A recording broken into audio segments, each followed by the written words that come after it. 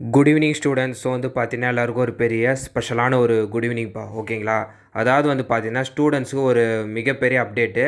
அது என்னன்னு வந்து பார்த்தீங்கன்னா, புயலின் காரணமாக வந்து பார்த்தீங்கன்னா மிக கனமழை வந்து பார்த்தீங்கன்னா பெய்து வருதுப்பா. அதாவது வந்து பார்த்தீங்கன்னா முக்கியமாக வட மாவட்டங்களை கம்பேர் பண்ணோன்னா டெல்டா மற்றும் தென் மாவட்டங்களில் வந்து பார்த்தீங்கன்னா அதீத கனமழை வந்து பார்த்தீங்கன்னா பெய்து வருதுப்பா.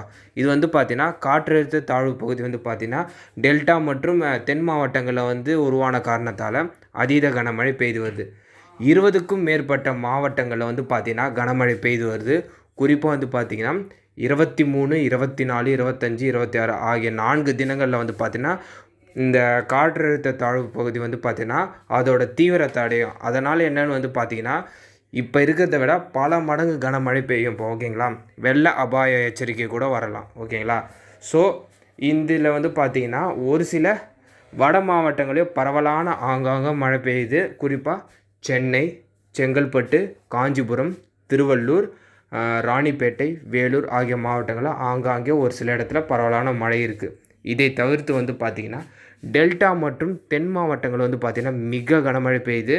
அதில் குறிப்பாக வந்து பார்த்திங்கன்னா கடலூர், மயிலாடுதுறை, திருவாரூர், தஞ்சை, நாகை, சிவகங்கை, ராமநாதபுரம், மதுரை, காரைக்கால், தேனி, தூத்துக்குடி, நெல்லை, புதுக்கோட்டை, காரைக்கால் ஆகிய பகுதியில் ஆங்காங்கே ஒரு சில இடத்துல மிக கனமழையும் ஒரு சில இடத்துல பரவலான கனமழையும் பெய்து வருதுப்பா.